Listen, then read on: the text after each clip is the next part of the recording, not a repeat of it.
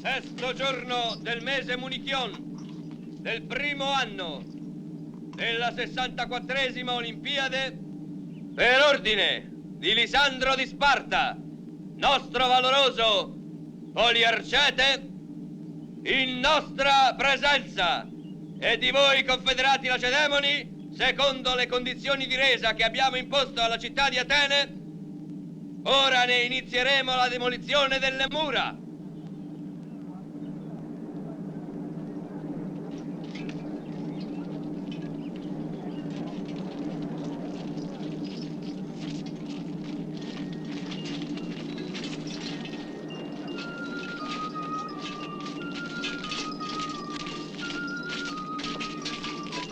Eseguite.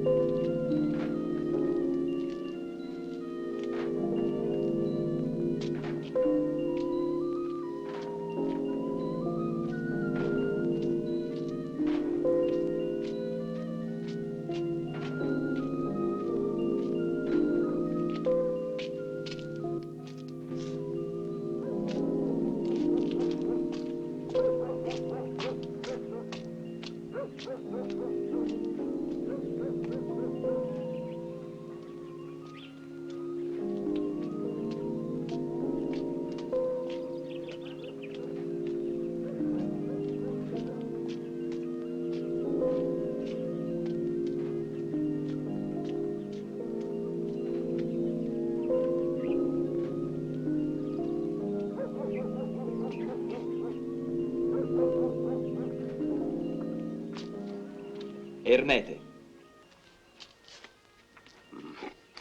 Alcibiade era soltanto un buon a nulla. Ma che dici? È stato il nostro più grande condottiero. Se i nostri strateghi lo avessero ascoltato, avrebbe obbligato gli Spartani a combattere sulla terraferma e li avrebbe sconfitti. Sul mare eravamo già spacciati in partenza. Stai delirando? No, niente affatto. In terraferma Alcibiade aveva gli arcieri e la cavalleria tracia. E con queste truppe, che erano più numerose, avrebbe sconfitto gli Spartani. E li avrebbe quindi inseguiti fino al mare. Com'è facile chiacchierare. Nel modo che ti dico. Li avrebbe schiacciati. E così sarebbe stato più facile catturare la loro flotta. Sì, quello che vuoi, ma tu stai galoppando con la fantasia. Guarda piuttosto l'amara realtà, se ne sei capace. La battaglia navale ci è costata la perdita della flotta. Mi hanno detto che soltanto alcune triremi guidate da Canon sono riuscite a fuggire. Lisandro si è impadronito di 200 navi e le ha distrutte. Ha passato a fil di spada 3.000 dei nostri soldati. Sì, gli Spartani ci hanno giocato e noi non abbiamo potuto fare altro che arrenderci. Così il blocco navale ha costretto Atene ad arrendersi per fame. Per fortuna Teofrasto è stato un amico previdente. Già, E voi dei mercanti, pieni di astuzia. Non scherzate, qui stiamo parlando della fine del nostro potere e della nostra democrazia. E ci si meraviglia? L'acutezza e la misura sono virtù che la gioventù oggi disprezza. Eppure sono queste qualità che hanno fatto la grandezza di Atene. Oggi tutto è diventato avidità e mancanza di scrupoli. Questi ormai sono i segni della virilità e del coraggio. Io spero soltanto che il governo dei 30, impostoci da Lisandro, non ci faccia pagare troppo cari i nostri errori. È stato Alcibiade a commettere gli errori di cui parli, come se già la sua campagna di Sicilia non fosse stata una follia. Allora abbiamo bandito Alcibiade e poi è stato lui a salvare Atene. Anche questa volta ci libererà dalla tirannia. Non sopporterà né gli oltraggi che gli spartani ci fanno subire, né la crudeltà dei tiranni che ci hanno imposto. Io so che uno dei 30 ha detto a Lisandro che adesso che Atene non è più governata dai propri cittadini, Sparta potrà finalmente dominare tutta la Grecia. Chi ha detto questo? Uno dei 30. È Crizia. Ed ha aggiunto, ascoltatemi bene, il popolo di Atene è disposto a sopportare la tirannia dei 30. Ma Alcibiade, che voi disprezzate ingiustamente, farà di tutto per abbatterla, questa tirannia. Alcibiade è stato allievo di Socrate. Come Crizia? Sì, come Crizia. Ma Alcibiade si è distinto più di Crizia. E allora lui, per gelosia, cercherà certamente di vendicarsi. Qui hai ragione. Crizia vuole solo la morte di Alcibiade. Teofrasto, sarai tra poco padre di un maschio, se gli dei lo vorranno. Che Afrodite ti protegga, Teofrasto. I nostri voti ti accompagnino. Grazie, amici. Grazie.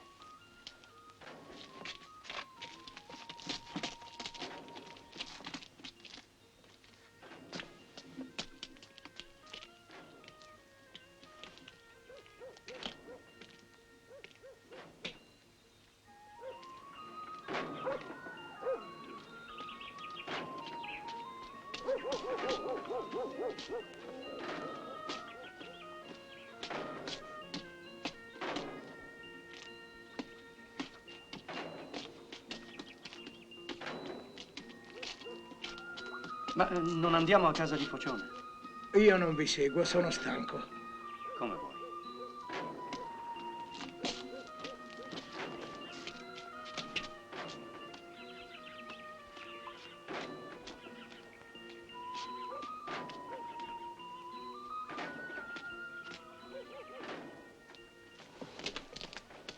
Iperide, Anito, Ermete. Oh, amici, benvenuti. Accomodatevi, accomodatevi. Tra poco sarà servito il pranzo, eh? Prendete posto. E le suonatrici di flauto non vengono?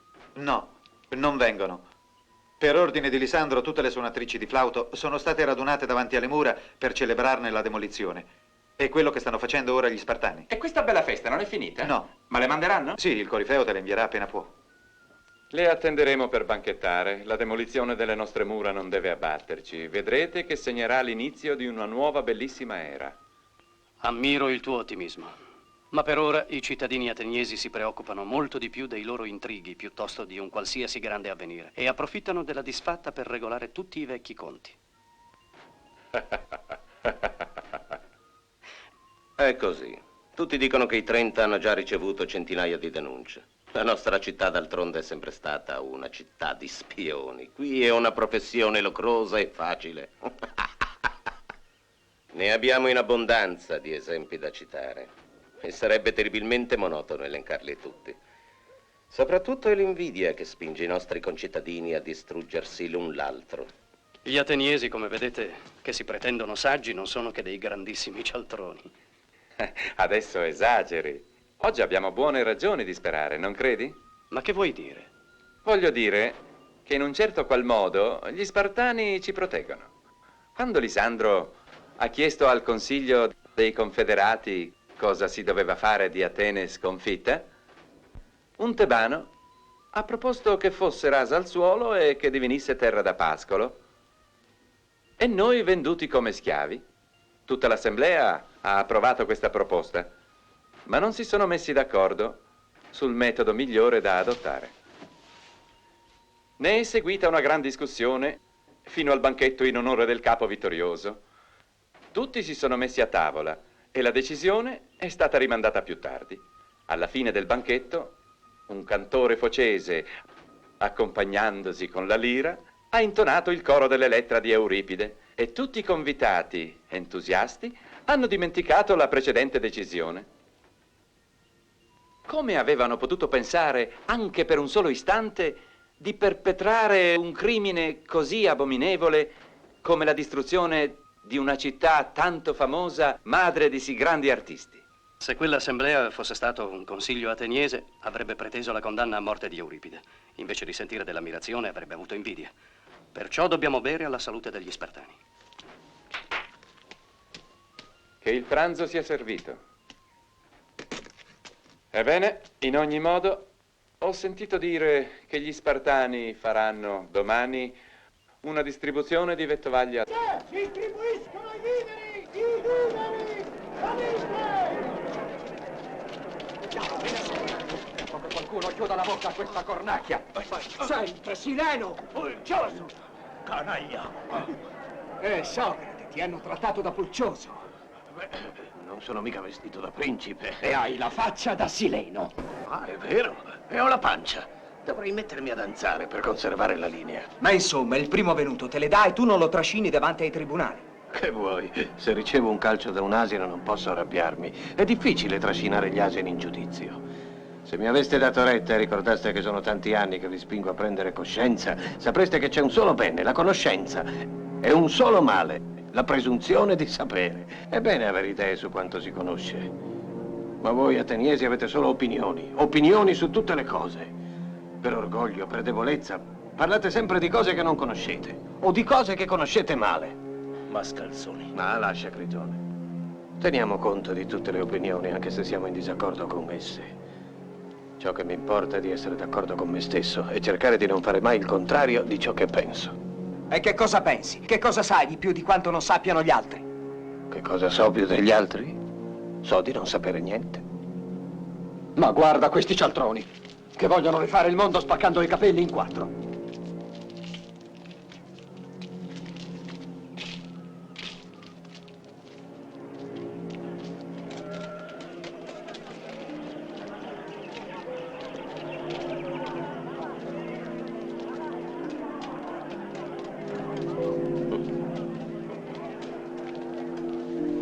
Gli ateniesi sono molto strani, Mileto, e non amano la verità. Il caso è più grave di quello che pensi, Ermete. Socrate, che è stato un soldato e un cittadino esemplare, è diventato anche lui un mostro di orgoglio. Ricordati che quando era Pritano è stato il solo a voler impedire che si portasse direttamente all'assemblea del popolo la causa contro quei generali che avevano abbandonato in mare, senza sepoltura, 2000 cadaveri dei nostri.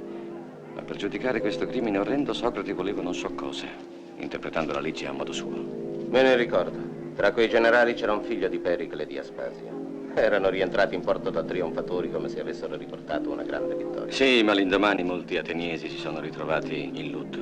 E quando hanno reclamato i cadaveri dei loro figli... Hanno saputo che i loro figli, che non avevano ricevuto sepoltura, erano condannati ad errare per sempre senza riposo. Che genere di uomo è questo Socrate, che può rimanere freddo, compassato davanti a un crimine così mostruoso? Io non capisco come possa sedurre la gioventù. Il figlio di Anito, per esempio, ha lasciato suo padre per seguirlo. Poi, che bel risultato. Oggi è un ubriacone. E Alcibiade, il suo allievo preferito. Sì, con lui le cose non potevano andare peggio. È proprio a questo allievo di Socrate che dobbiamo la nostra disfatta. Alle sue campagne ambiziose, alla sua spedizione in Sicilia. Vedremo adesso cosa farà Crizia, il nostro nuovo tiranno. Anche lui è stato allevato da Socrate. Stai zitto. Non è prudente.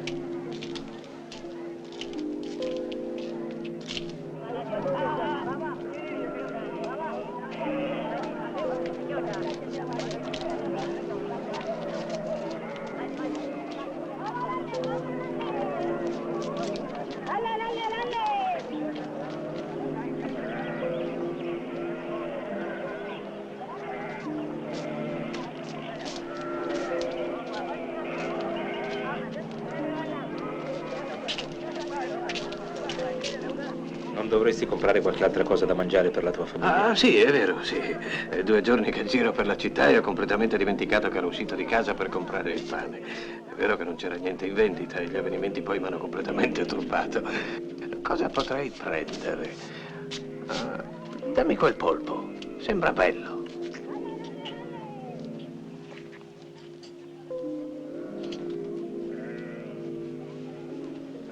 No.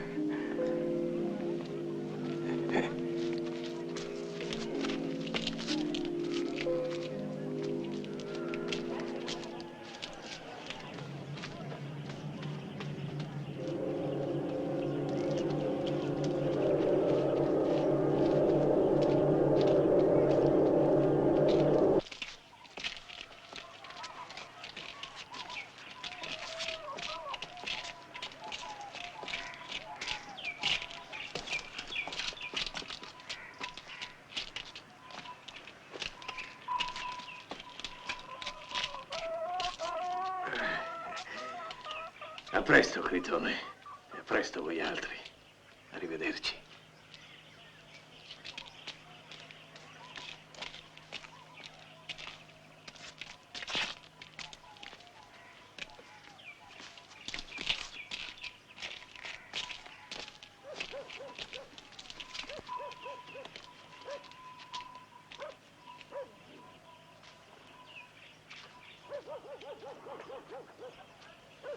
Che fai? Vengo con te. Bene.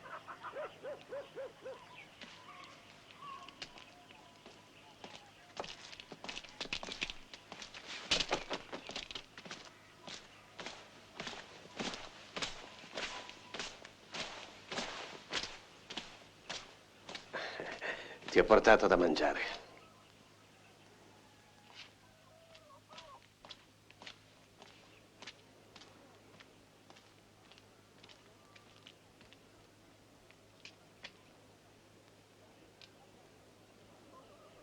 2 giorni.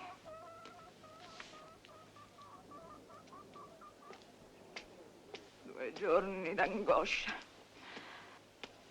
Con gli spartani ovunque, la città piena di pericoli. E torni a casa perché ti si faccia da mangiare. Te ne infischi se i tuoi figli hanno fame. Per te conta ad andare a chiacchierare con i piedi nella polvere. Sono 2 giorni che sono sola.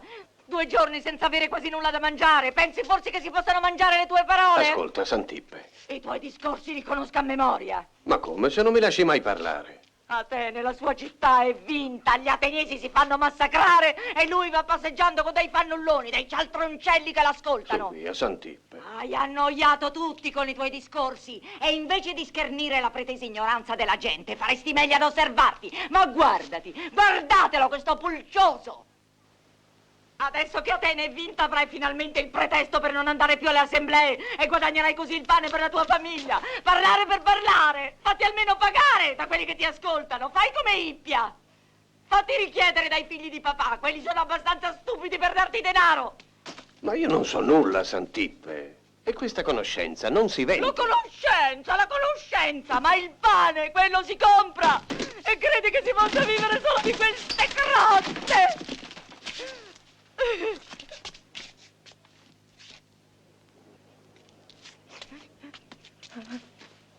Ti supplico. Vedi bene che quando Santippe tuona finisce sempre per piovere. Ti supplico, Socrate. La sciagura è su di noi. E l'odio è dappertutto. Sta attento. Da anni ti stai creando dei nemici. E l'ingiustizia arriva a colpire così presto.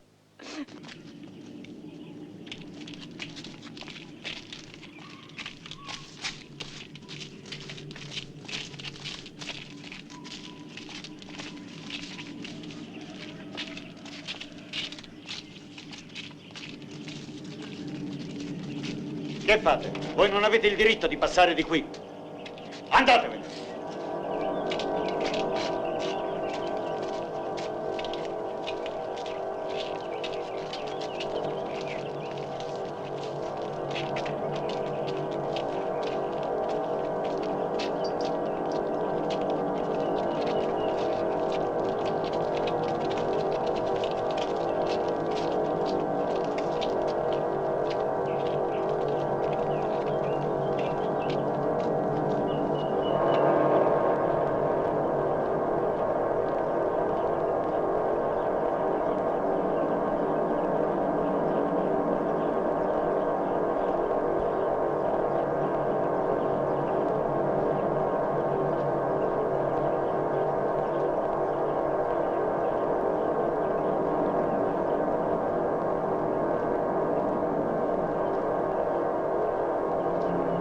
Che cosa si può fare? È giorni che agonizzano e nessuno si può avvicinare per soccorrerli o alleviare le loro sofferenze, magari con un colpo solo. I tiranni hanno già messo 1500 ateniesi alla tortura e nessuno si è ancora ribellato. E Crizia è il più accanito di tutti. Crizia, Socrate, uno dei tuoi vecchi discepoli. Sì, ma se un pastore sgozzasse la metà del suo gregge e lasciasse morire di fame l'altra metà, non potrebbe pretendere di essere un buon pastore. Invece quelli uccidono e si credono dei buoni magistrati. Ieri Alcibiade, oggi Crizia. Che tristezza per uno vedere i suoi vecchi discepoli trasformati in criminali. Preghiamo gli dei che a causa di questi due Socrate non ci abbandoni. Si pregano gli dei perché favoriscano il nostro destino, invece sarebbe meglio pregarli di aiutarci a navigare verso il bene, che il soffio divino gonfi le nostre vele e che si possa essere invasi dall'ebbrezza dei marinai quando scorgono la meta.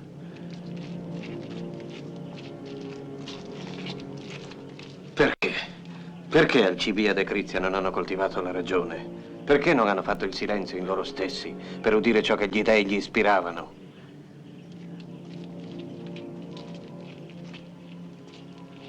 La medicina cura il corpo. La politica dovrebbe vegliare sulle anime. Non deve essere l'arte di dominare, ma l'arte di far vedere a tutti la giustizia. Vieni, Socrate, allontaniamoci da qui.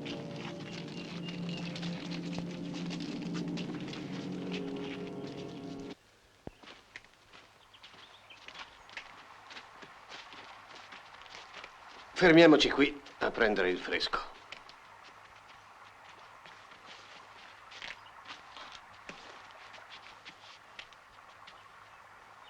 Poco fa, parlando di Crizia e degli altri tiranni, hai adoperato la parola follia. Ma i nostri tiranni non sono dei folli, Socrate. Sono dei criminali. È la stessa cosa. Conosci la canzone che dice che il bene più grande è prima di tutto la salute, poi la bellezza e poi essere ricchi? La conosco. Ebbene, quella canzone mente. La più grande felicità è essere giusti. È un bene così grande che quelli che fanno il male sono dei folli. È per questo che ho usato la parola follia. È una follia dalla quale però traggono profitto, Socrate. Quale profitto? La ricchezza? Il potere sugli altri uomini? Ma quando perderanno il potere, che cosa resterà a loro? Il ricordo dei crimini che hanno commesso. E che altro? La non conoscenza del bene? Un'ignoranza che solo le illusioni del potere hanno celato ai loro occhi. E qual è la ragione dei loro crimini, se non l'ignoranza del bene, che li mantiene in uno stato di perpetua ansia? In realtà, i potenti hanno la forza e l'esercitano perché sono soltanto deboli. E la loro debolezza proviene dalla paura che li domina. Si vedono dappertutto e sempre circondati da nemici. E non è forse questa proprio una follia? Ma noi ci contenteremo di ignorarli. Un tiranno può sottomettere la città a suo piacere. A ciò che gli piace non c'è dubbio, ma non a ciò che vuole. L'uomo infatti non può volere che il proprio bene. E colui che commette ingiustizia nuoce soprattutto a se stesso. Poco per volta, il ricordo del male che ha commesso lo farà impazzire. La virtù è dunque la conoscenza del proprio bene. La conoscenza e la pratica. Allora, per amministrare la città e non fare torto a se stesso, il potente deve possedere la virtù. Sì, perché se è un uomo di valore, servirà ad esempio a tutti. Per sopravvivere, gli stati non hanno bisogno di arsenali oppure di imperi. Se hanno valore e se posseggono la virtù, i cittadini daranno la loro vita per difenderli. Socrate, ecco tua moglie.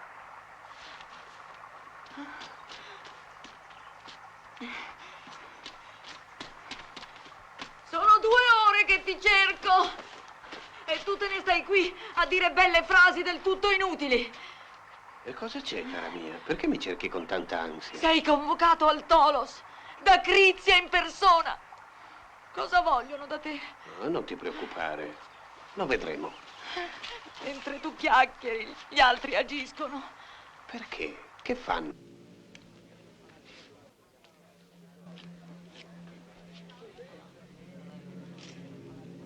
Vieni avanti, Socrate.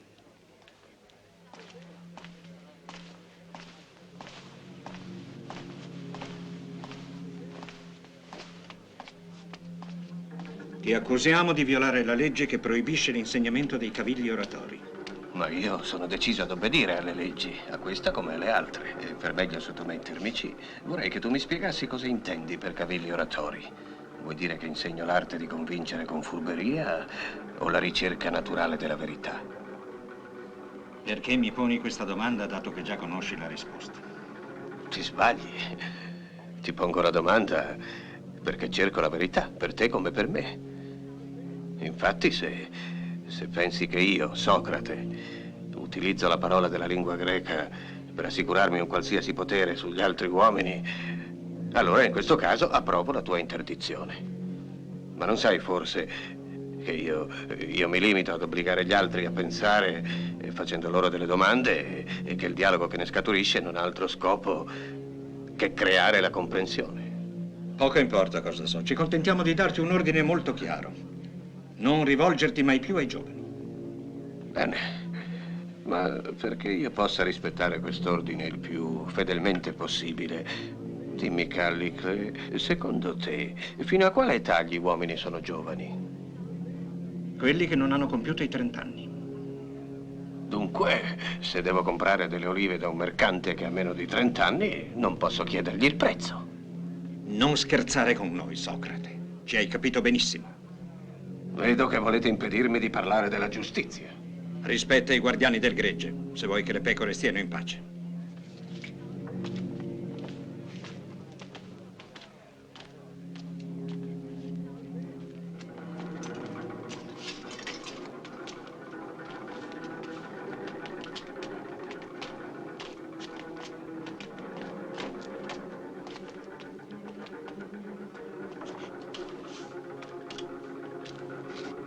Tutti voi conoscete che Leone di Salamina. Lo abbiamo condannato a morte. Voi cittadini e tu, Socrate, siete stati designati ad impadronirvi di lui. Arrestatelo. Così potrete provare la vostra fedeltà alla patria e la vostra lealtà verso il nuovo governo di Atene. Andate e non perdete tempo.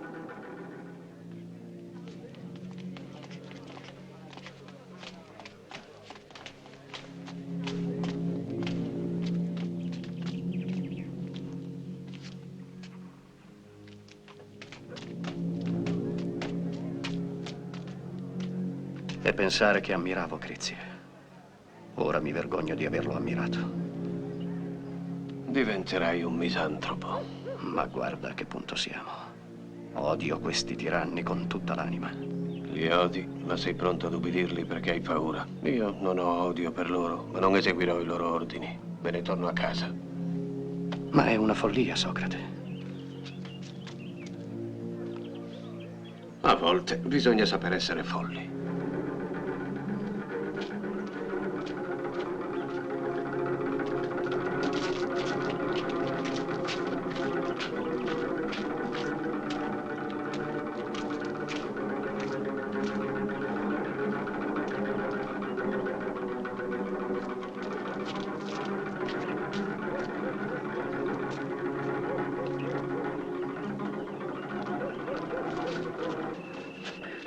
Perché non attacchiamo?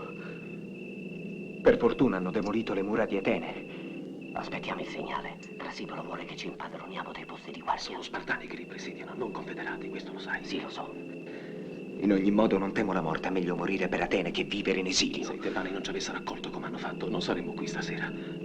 Avrebbero potuto catturarci e consegnarci ai 30 tiranni, che ci avrebbero condannati a morte. Hai ragione. Non ho ancora capito perché i tebani prima si sono alleati agli Spartani per batterci e poi ci hanno dato asilo dopo la disfatta. Perché anche loro adesso temono l'egemonia di Sparta. Da questo nasce la loro generosità. La loro complicità, vuol dire? Silenzio. E il segnale. Andiamo.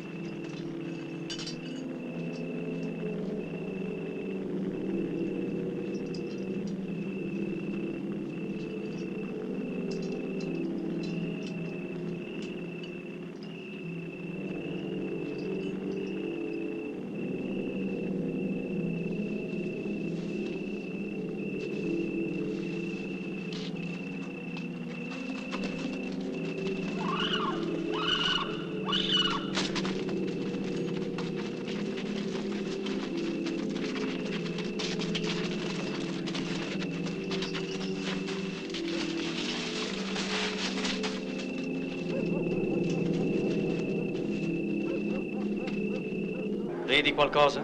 No, niente, ma si sentono le acclamazioni della folla. Trasibulo è il nuovo eroe del giorno. Sì, Crizia è morto durante la battaglia del Pireo. Lo so da Erocle, il mio vicino, che ha preso parte al combattimento. È tornato prima degli altri perché ha la madre morente. È stato presente alla presa del forte di Filè. E anche alla battaglia del Pireo. È là che ha visto il cadavere di Crizia e quello di Calicle. La presa del forte di Filè è stato un colpo da maestro, in piena notte e di sorpresa. Quando ho saputo che la flotta spartana bloccava il porto del Pireo, ho proprio temuto uno scacco. Per fortuna Pausania ha dato ordine a Lisandro di evacuare tutte le guarnigioni spartane. Il re di Sparta è un saggio. Sa che non si possono tenere gli ateniesi per troppo tempo sotto il gioco dei loro nemici. E così lui, senza saperlo, ha salvato la vita del nostro Socrate.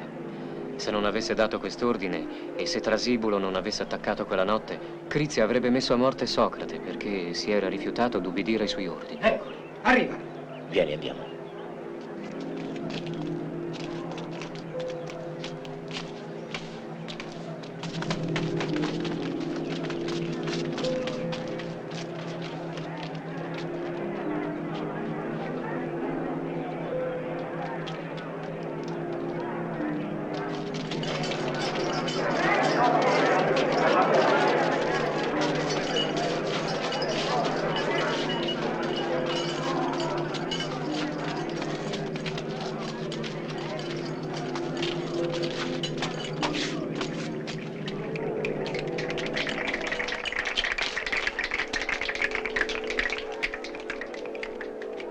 Popolo di Atene, la tirannia è morta, la Costituzione democratica è ristabilita.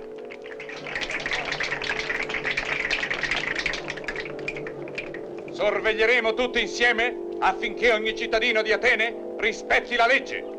Da parte mia propongo che per celebrare degnamente le nostre libertà riconquistate si accordi l'amnistia politica a tutti. Coloro che tra noi si sono messi al servizio della tirannia verranno esiliati. Non macchieremo il nostro suolo con il loro sangue.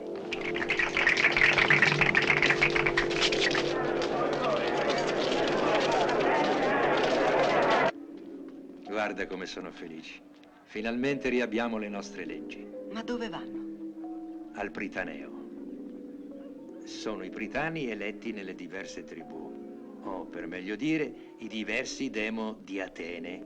Ora governano la città con gli arconti. E ogni giorno l'epistato, ossia il capo dello Stato, viene scelto nei loro ranghi. E ciò avviene tirando a sorte. Fra tutti questi, ognuno di loro ha la possibilità di accedere al potere supremo. Ma solamente per un giorno? Solamente per un giorno, da un tramonto all'altro. L'epistato conserva il sigillo dello Stato, nonché la chiave del tempio dove è custodito il tesoro pubblico. Sarebbe imprudente consegnare il potere supremo ad un uomo, sia pure molto saggio, per un tempo maggiore. Un giorno potrei essere eletto anch'io. Come no? Se gli dei le vorranno e se la sorte ti sarà propizia.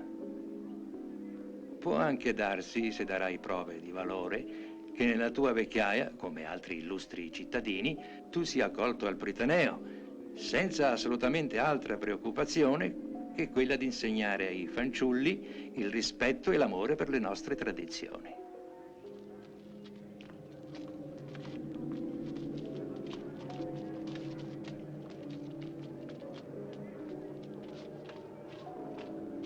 Atene. Guarda, tutti lasciano le impronte di Atene nella terra. E così è dovunque vada un ateniese.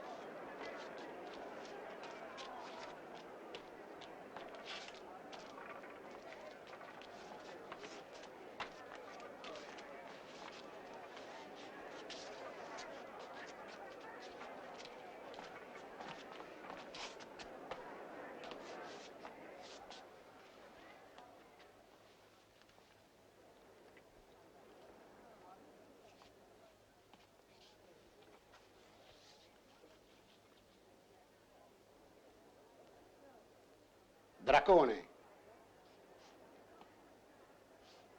Fava bianca, gli dei ti hanno prescelto.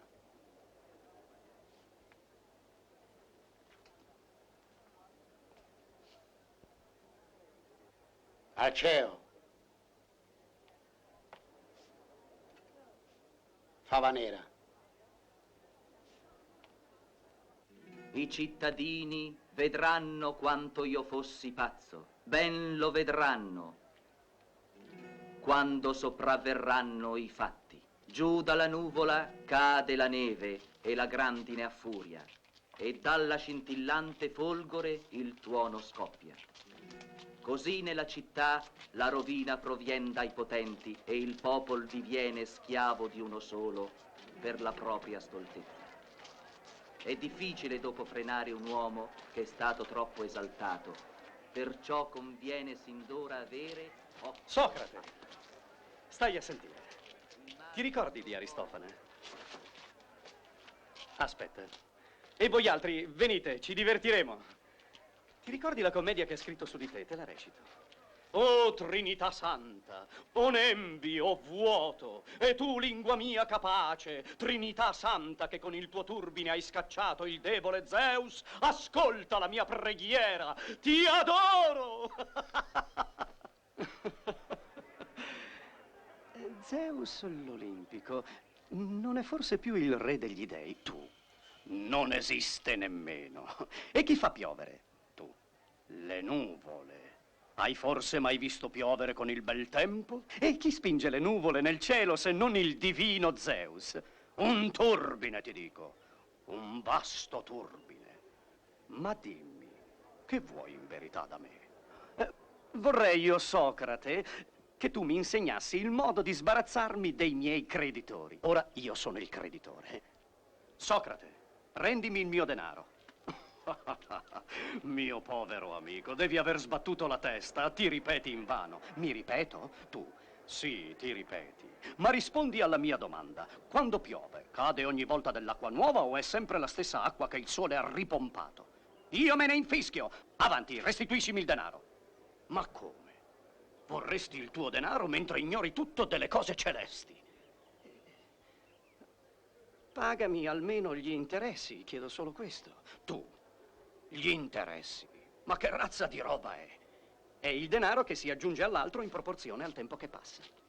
Tu, buona risposta, ma dimmi, quando piove aumenta il livello del mare?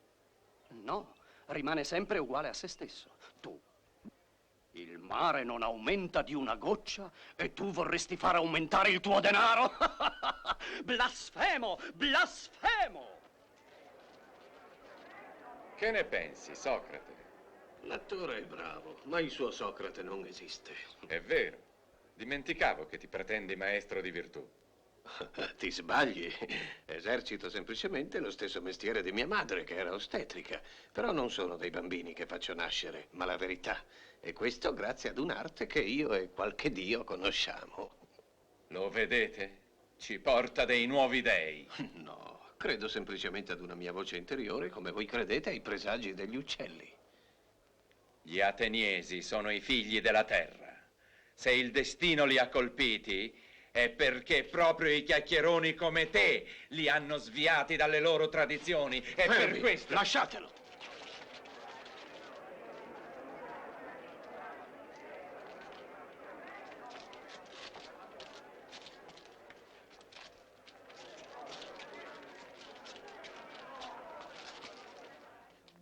Quelli che vogliono vedere il sole si bruciano gli occhi se lo guardano in faccia. Devono studiarlo guardandolo riflesso nell'acqua. L'anima diventa cieca se si vuol scoprire la verità dai dettagli. Deve rifugiarsi nel mondo della ragione. Se non puoi neanche nutrire uno schiavo, Socrate, come fai tu stesso a non morire di fame? Ho imparato a farmi bastare il minimo. Vedi, è perché mi accontento di poco che sono sempre vicino agli dei. Sei fortunato, Socrate. Io ho bisogno di tutto in continuazione. Non c'è che la ricchezza che conta, Socrate. Senza questa non si vale niente anche agli occhi degli dei. Ti sbagli. A un uomo ricco e disonesto, gli dei preferiscono un uomo povero e virtuoso.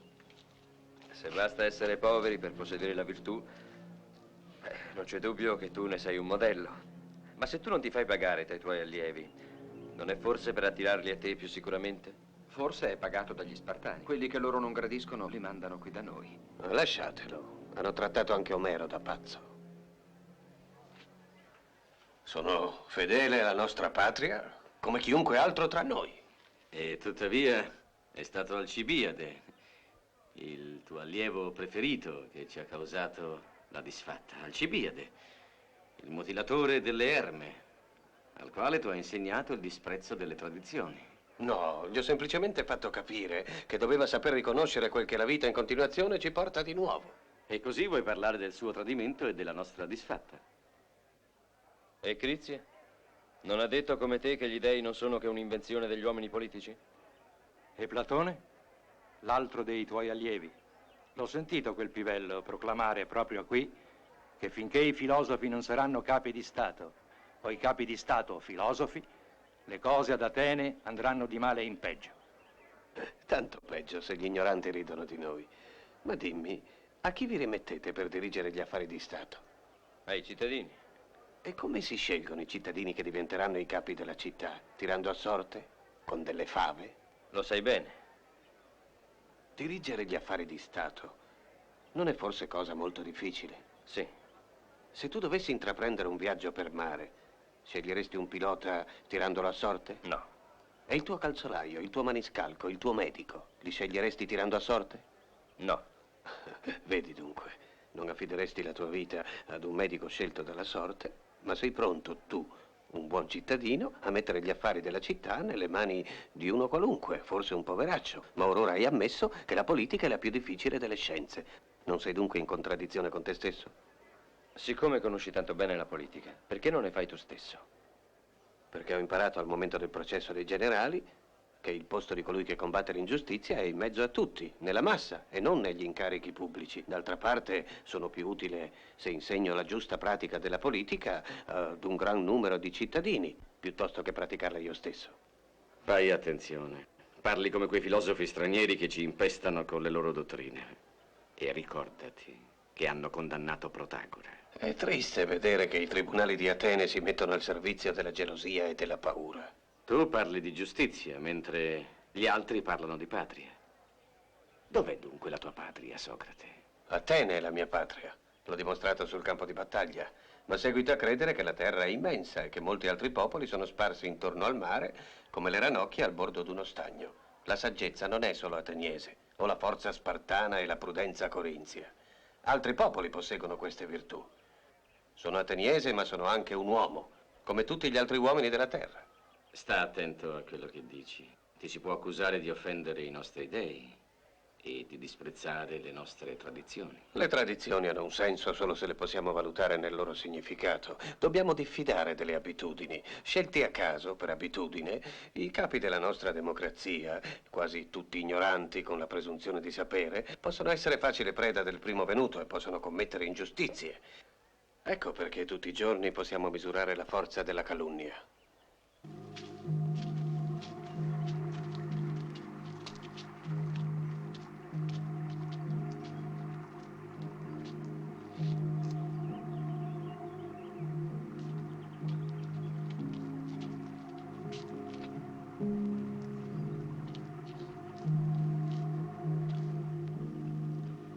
Esculapio, tu che curi e guarisci, ricordati che Teodoro che ti offre questo gallo ti è sempre stato scrupolosamente fedele. Non ti ha mai negletto. Accordagli la guarigione di suo figlio. Allontana dalla sua famiglia la malattia e la morte. E il tuo intervento lo preservi dalla collera di Ade e dall'inimicizia delle divinità infernali.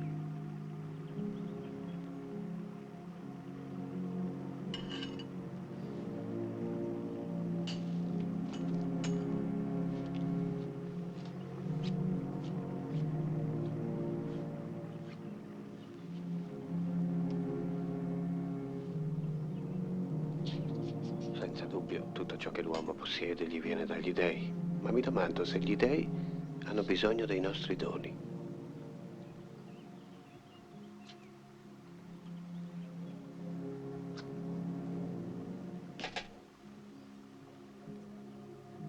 Teodoro ti offre questa coscia e questa carne perché tu ne possa respirare l'aroma. Esaudisci, Esculapio, la sua richiesta. Offrendo un gallo, un piccione, un agnello, ossia ben poca cosa, in cambio della protezione e dell'amore degli dei, l'uomo domanda la soddisfazione dei propri desideri.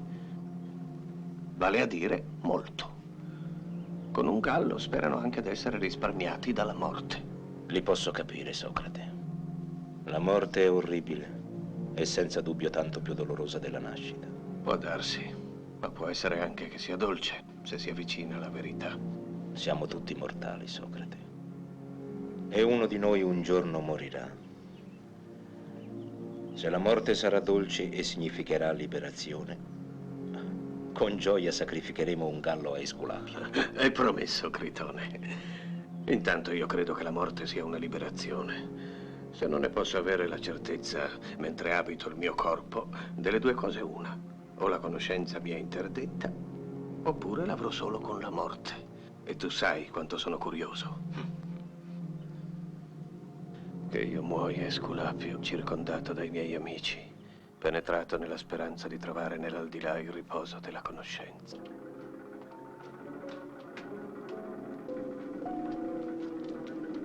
Meleto, figlio di Meleto, accusa Socrate, figlio di Sofronico, dei delitti seguenti. Socrate non crede negli dei di Atene. Socrate predica nuove credenze. Socrate corrompe la gioventù. L'accusatore domanda la pena di morte.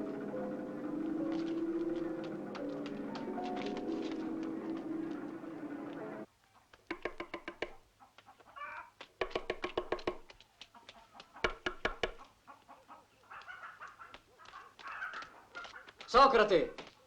Socrate! E allora, cos'è che ti fa correre così di buon mattino? Un'accusa contro di te è stata fissa alla porta del palazzo dell'Arconte. Devi vederla al più presto. Ma è un'accusa molto grave. Te l'ha fatta un certo Meleto.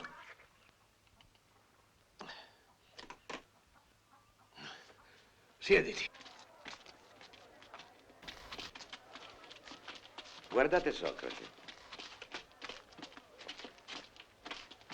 Ti saluto, Socrate. Oh, guarda, il bellissimo Ippia. Era un pezzo che non avevamo il piacere di vederti in città. Dove vai così ben equipaggiato? Vado al ginnasio a pronunciare un discorso sulla genealogia degli eroi. Ti piacerebbe sentirlo? Ho da fare e non posso sfortunatamente accompagnarti. È un discorso che ho già fatto e che tutti mi hanno detto che è molto bello.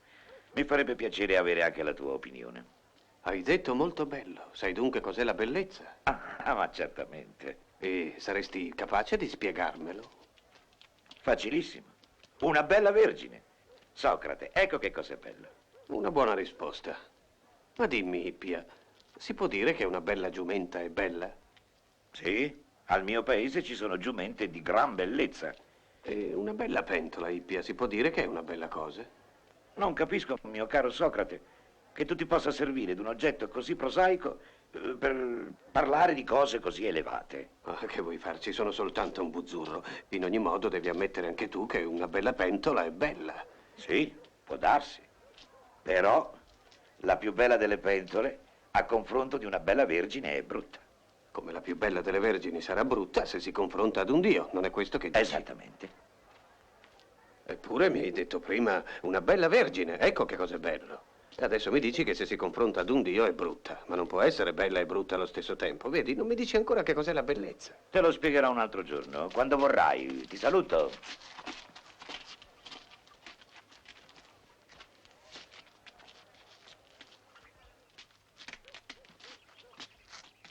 Socrate, non ti ho mai visto camminare a testa bassa. Che hai? Pensavo ad una favola che si racconta in Egitto. Un demone di nome Teute andò a trovare il re Tamus per metterlo al corrente delle arti che aveva inventato ed invitarlo a farne partecipi gli egiziani.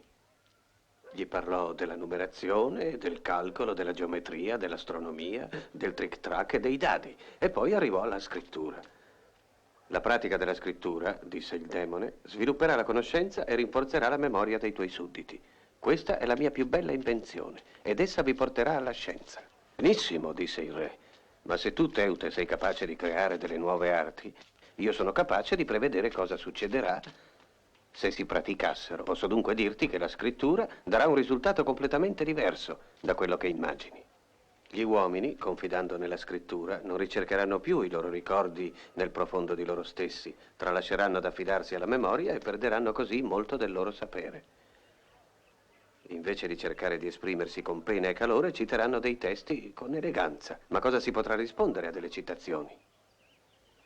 Tu contrapponi dunque il discorso vivo, vibrante alla parola, agli scritti, che sono un'immagine di discorso?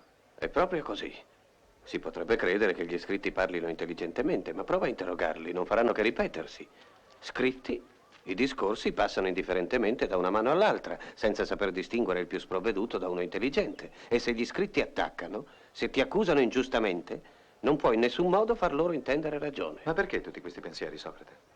Perché un'accusa scritta è stata posta contro di me alla porta dell'Arconte Re. Contro di te? E l'hai vista? No. Allora andiamo, ti accompagno.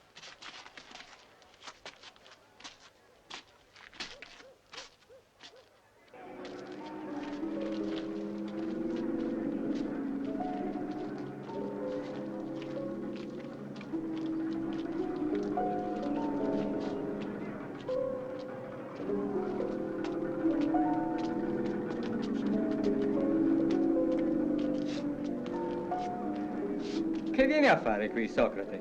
Ti sei messo anche tu a frequentare il portico dell'Arconte? Io sono qui perché ho appena affisso la richiesta di un processo davanti all'Arconte Re. Io sono qui perché mi si vuole trascinare in giustizia per ragioni di Stato. Chi è il tuo accusatore? Meleto. Non mi sembrava così ostile. M'accusa, m'hanno detto, di aver introdotto il culto di qualche nuova divinità a scapito dei nostri vecchi dei. È certamente a causa di quella voce soprannaturale che dici di sentire dentro di te e che ti ispira. Un innovatore in materia religiosa è un genere di calunnia alla quale quasi tutti sono molto sensibili. Gli ateniesi non sopportano che uno di loro abbia il minimo sapere personale per ciò che riguarda gli dei. A me, per esempio, quando mi succede di predire l'avvenire davanti l'assemblea del popolo, ridono di me come di un pazzo. E credimi, tutte le mie predizioni si sono verificate. Vedrai. Tu te la caverai dal tuo processo, ma io otterrò soddisfazione con il mio. Contro chi hai deposto la tua accusa? Contro mio padre. Tuo padre? Ahimè sì, Socrate. E di cosa lo accusi? Di omicidio. Ha forse ucciso qualcuno della famiglia? No. Ma perché mi fai questa domanda? Non trascineresti tuo padre in giustizia per l'uccisione di un estraneo? E perché no? È strano, Socrate, che tu faccia differenza fra la morte di un estraneo e quella di un congiunto. La sozzura è la stessa. E se uno è a conoscenza di un crimine, deve purificarsi perseguendo questo assassino, chiunque sia il criminale e chiunque sia la vittima. Ma cos'è successo? Il morto era un uomo di fatica in una delle nostre fattorie. Aveva bevuto ed ha colpito un compagno e l'ha ucciso. Mio padre l'ha fatto allora gettare in un fosso e ha mandato qualcuno ad Atene per sapere come trattare la cosa. Nel frattempo non si è preoccupato dell'uomo che intanto moriva nel fosso. La gente mi rimprovera dicendo che è empio da parte di un figlio accusare il padre e che non sanno, Socrate, cosa è la pietà. Io lo so. Non ci sarebbe differenza tra la gente comune e me se non lo sapessi. Allora, mio caro, spiegamelo, te ne prego. Questo mi sarà utile per il mio processo. È pietoso quello che faccio. Perseguire in giustizia colui che è colpevole di un crimine, anche se è il padre, la madre, il figlio. Zeus, il più giusto degli dei, ha incatenato suo padre Urano per punirlo perché aveva divorato i propri figli. Considerate le accuse che sono formulate contro di me, non sono affatto disposto a parlare della divinità, ma fra noi credi proprio che le cose si siano svolte così fra Zeus e suo padre? Certamente. E conosco dettagli più curiosi di quelli che il volgo comunemente conosce. Credi dunque che vi siano dei conflitti fra gli dei? Sì. E potrei sulla storia degli dei raccontarti delle cose che anche tu, Socrate, ne resteresti meravigliato. Dimmi piuttosto, sempre per il mio processo, che cos'è la pietà? Quello che è gradito agli dei. Ecco ciò che è pietoso. Quello che non amano è empio. Ma se mi hai detto che gli dei lottano gli uni contro gli altri. E infatti? Allora litigano come gli uomini su quello che è buono o cattivo. È evidente. Così, secondo te, una stessa cosa può piacere a un dio e dispiacere a un altro dio. Certamente. Il fatto che vuoi punire tuo padre può dunque piacere a Zeus e dispiacere a Urano. Piacere a Efasto e dispiacere a Era. Sì. Allora, se capisco bene, una stessa azione può essere allo stesso tempo gradita e sgradita agli dei, ossia allo stesso tempo pietosa ed empia. Ma è impossibile, Eutifrone.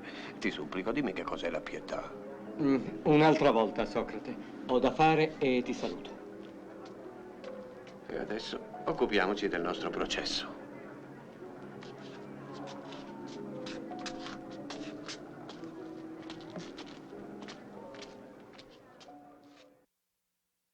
Andiamo, Antipe, calmi, non piangere. E i nostri poveri figli. Lo sapevo io che la tua mania di importunare la gente ci avrebbe procurato tutte le disgrazie, lo sapevo. Tu ti devi difendere. Come pensi di farlo? Tutta la mia vita ho evitato l'ingiustizia. Ecco la mia difesa. Ma come risponderai a tutte le accuse? Tu devi contestarle. No, non piangere, Santippe, non piangere, no. Socrate, te ne supplico. Chiama un oratore perché ti difenda. Te ne supplico. Ma su, non piangere. E per farti piacere, lo chiameremo. Rivolgiti a Lisia, Socrate. È il più grande oratore di Atene. Va a chiamare Lisia. Spiegagli. Digli che Socrate è in pericolo, che lo deve difendere. E prima di tutto l'esordio, la rituale invocazione, poi l'elogio dei tuoi giudici, di nobile nascita, della razza di Atena, conservatori d'una saggezza tutta divina, eredi degli eroi della Grecia omerica, d'una tale maestà che solo a vederli le potenze malefiche indietreggiano e i nemici di Atene sono sconfitti. Che ne pensi? In secondo luogo, la narrazione. Potrei dire, per esempio, gli accusatori di Socrate, gente di buone intenzioni, ma di debole giudizio, animi eccitati, senza spirito critico, davanti a questa divina assemblea propongono il caso di un uomo che in alcuna maniera merita che voi ve ne occupiate. Di chi si tratta? Di Socrate, ben conosciuto da anni per essere un originale pieno di dolcezza. Di cosa si tratta? Di dottrine che si pretendono nuove e atte a turbare la gioventù. Questo ti va? La mia argomentazione sarà semplice e si limiterà a essere l'illustrazione del mio esordio. Se esistessero delle nuove dottrine capaci di corrompere la gioventù, voi, i depositari della saggezza ateniese, potreste ignorarne l'esistenza? No. Molto prima dei nostri accusatori avreste conosciuto queste dottrine e rifiutate con forza. E quanto all'affermazione che Socrate può corrompere la gioventù, sapete che cosa vuol dire? Che si tratta tutt'al più di qualche giovanotto troppo debole per praticare i nostri giochi e che si consola della sua debolezza interessandosi alle originalità di un vegliardo. Continuo. Adesso, per la digressione d'uso, svilupperò l'essenziale della mia orazione. Che meraviglioso paradosso. Vedere in Socrate solo un vegliardo del quale si può ridere e dimenticare il suo passato. Quel passato del quale siete la memoria vivente. Ve lo ricordate? Socrate è stato un soldato pieno di coraggio, pronto a dare la sua vita per difendere i nostri dei. È stato un atleta indurito a tutti i rigori dell'inverno. È stato un giudice rispettoso fino alla mania delle leggi da voi stessi emanate. E chi può rimproverare a delle anime semplici la loro dedizione? Poi, nella mia perorazione, domanderò la tua grazia. No, no, ateniesi. Accusare Socrate è un'offesa che si fa a voi. Da quando lo conoscete avete sempre avuto molta indulgenza per le sue bizzarrie. Rispettate la vecchiaia d'uno dei vostri compagni di cammino. Non appannate gli ultimi anni di un uomo che la morte, ahimè, verrà in ogni modo a rapirci. Assolvetelo. Con questo discorso, che tipo di pene credi di fare ai giudici? Ma è a te che voglio far del bene, Socrate, non ai tuoi giudici. Saresti dunque pronto a far loro del male per farmi del bene? Certamente. E come puoi fare del bene a me se fai loro del male? Pensi senza dubbio che il più gran bene è la vita. Sì. La vita nella menzogna o la vita nella verità? La vita nella verità. Ma se rispondi alle menzogne dei miei accusatori con altre menzogne, se li persuadi compiacendoli, la vita che mi verrebbe dalla tua eloquenza non sarebbe appannata da questa furberia? No, Lisia. La vita non merita di essere conservata che nella gioia. E la sola gioia per l'uomo è la ricerca della verità senza deviazioni. La vita vale se si spera di trovare un giorno la verità. E la verità, come le stelle, è molto difficile da raggiungere. Dalla pianura, come dall'alto delle montagne, si guardano le stelle, senza avere la sensazione di essercisi avvicinati. È lo stesso per la verità. Non è necessario avvicinarsi per vederla. Vuoi dunque farti condannare? Se la democrazia vuole la mia morte, deve avere le sue ragioni. Tu sei matto. Non dobbiamo temere Meleto, che è un poveretto. Pensa piuttosto ad Anito, che è un demagogo, e a Licone, che è un retore. Non devi dimenticare che gli ateniesi sono innanzitutto sensibili all'eloquenza. Dirò loro la verità alla mia maniera e vedremo se mi capiranno. Alla mia età non so che farmene delle belle parole. Come credi? Ti auguro di avere ragione. Lisia! Mi difenderò da solo. È un'altra follia. Finirai per perderti. Hai rovinato la nostra vita. Ma pensa almeno ai nostri figli. È per loro e per te che parlerò alla mia maniera. Ti condanneranno, lo so, ti odiano. Non mi lasciare sola, Socrate. Non ci lasciare.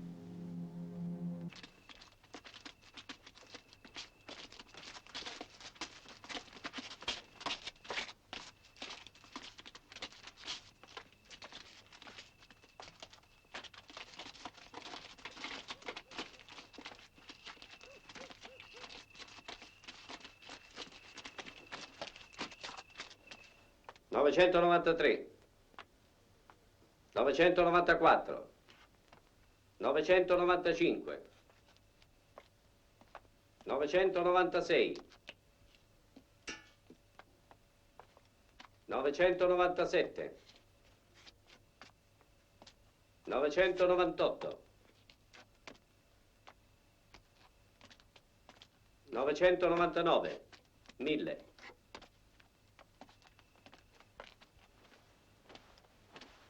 Oh, Erpete, che fai qui alla tua età? Che dici? Argaio. La mia età, ho compiuti 30 anni. E con il consenso degli dei Fava nera. posso benissimo partecipare come giurato al tribunale. Ho già prestato giuramento. Per Zeus, come passa il tempo. Ti credevo molto più giovane. Fava nera. Antimaco.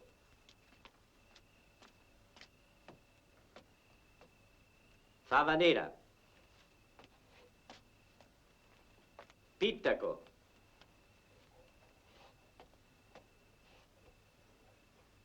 Fava bianca.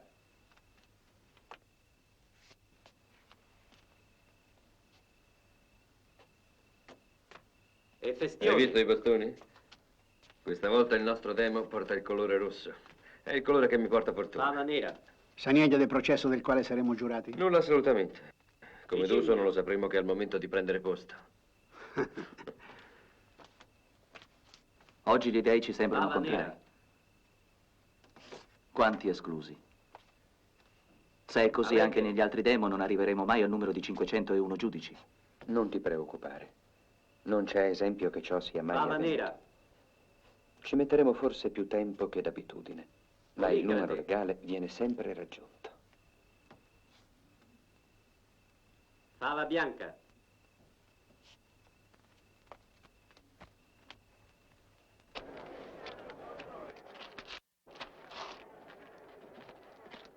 Ehi, dimentichi la tessera. Senza questa non avrai i 3 oboli che ti spettano alla fine del processo.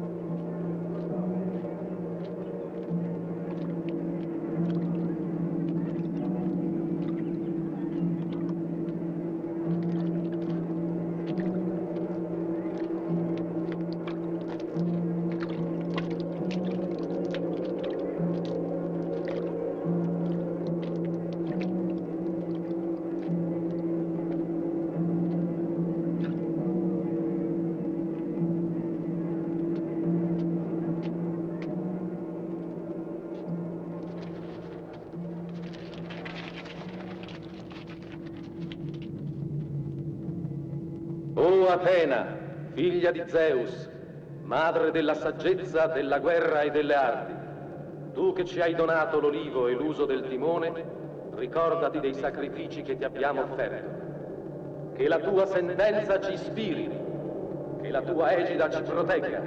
O tu Atena la valorosa, o tu Atena la dea invicta.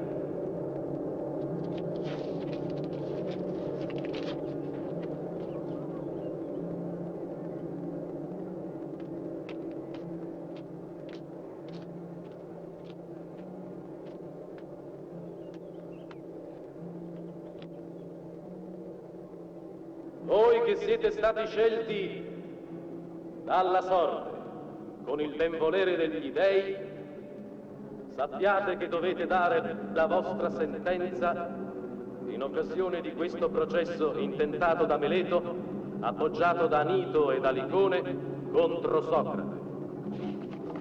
Meleto, figlio di Meleto, accusa Socrate, figlio di Sofronico, dei crimini seguenti. Primo, Socrate non crede negli dei di Atene. Secondo, Socrate propone nuove credenze. Terzo, Socrate corrompe la gioventù. L'accusatore domanda la pena di morte. La parola è al primo accusatore. La parola è a Meleto.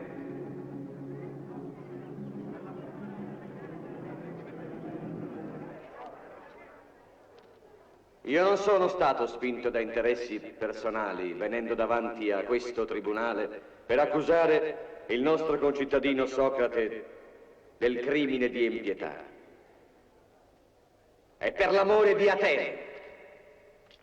Socrate pretende di sostituire al culto dei nostri vecchi dei il culto di nuovi demoni, dei quali del resto si guarda bene dal precisarne la natura. Perché è sempre assai più propenso a distruggere piuttosto che a costruire. Questo crimine, ora che abbiamo ritrovato la pace, minaccia di scatenare contro la nostra patria, contro Atene, la giusta collera dei nostri dei. Con animo veramente afflitto, sento che è mio dovere richiedere la pena di morte contro Socrate. L'esistenza stessa di Atene è nelle vostre mani. Hai sentito? E dice che non è spinto da considerazioni personali.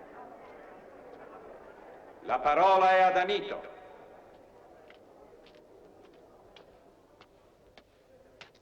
Ateniesi, Mi conoscete ormai da molto tempo e sapete quanto amore io nutra per la nostra città. Per colpa di Socrate noi abbiamo già subito una grande sciagura. Gli dei non ci hanno risparmiato e la giusta punizione che abbiamo sofferto...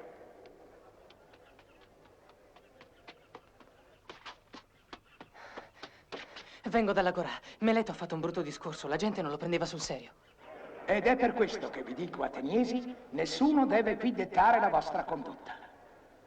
Conoscete adesso i capi d'accusa. Saprete, ne sono certo, conosco la vostra saggezza, prendere secondo coscienza la decisione che si impone.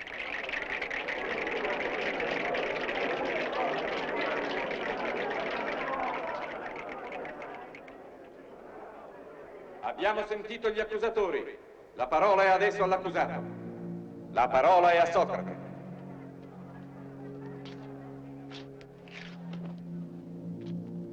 Vi hanno detto, ateniesi, che io ero un oratore. Io vi dico che alla mia età, ho 70 anni, non sarebbe bene che praticassi l'eloquenza. È la prima volta che compaio davanti a voi, sulla pedana di una corte di giustizia. Ma quanti mi hanno sentito parlare nelle strade, nelle pubbliche piazze, potranno dirvi che parlo qui come altrove, alla mia maniera, e cioè senza ricerche formali. Cerco solo la verità. La legge esige che prenda la parola per difendermi e mi difenderò. Tuttavia, prima di rispondere ai miei accusatori, che ho ascoltato con la più grande attenzione, devo contestare le cattive lingue che ormai da 20 anni si accaniscono a confondermi con un certo Socrate occupato a scrutare i misteri della terra o, quel che è più grave, a venerare le nuvole. Un tale personaggio è solo nello spirito di coloro che m'hanno malignamente messo in scena, un ateo. E Aristofane o i suoi imitatori non nascondono affatto sotto le loro buffonate la gravità della loro accusa. Ora, il personaggio che vi presentano, che cammina nell'aria o che fa mille follie, più o meno scientifiche, delle quali non so nulla, non mi somiglia in alcun modo. Mi appello alla testimonianza di quanti mi conoscono. Quando si dice che mi occupo dell'educazione di molti giovani per farmi pagare e per insegnar loro a rendere giusta la causa ingiusta, si dice il falso. Io infatti mi accontento di cercare la verità. Se avessi la fortuna di essere sapiente come Ippia o come Gorgia, che voi tutti conoscete, certamente non esiterei a farmi pagare. Disgraziatamente sono ignorante e la mia sola conoscenza è di sapere che non so niente. Questa è una conoscenza che non si può vendere. Adesso qualcuno di voi potrebbe esclamare: ma dimmi, Socrate, se non hai nulla di straordinario, perché queste calunnie? E perché questo processo? E io gli risponderei: perché io posseggo la saggezza. Non vi indignate, vi prego, ateniesi. Il mio testimone è il dio di Delfi. Avete tutti conosciuto Clerofonte. Per me è stato un amico d'infanzia. E la sua morte mi ha sconvolto. Per voi era un democratico, un uomo che, sotto la dominazione di Sparta, ha conosciuto l'esilio. Suo fratello è qui e testimonierà per me in sua vece.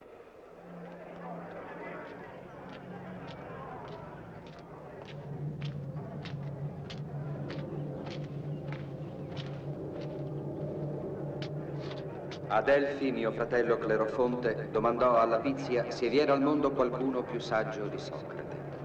La Pizia gli rispose che nessuno al mondo era più saggio di lui.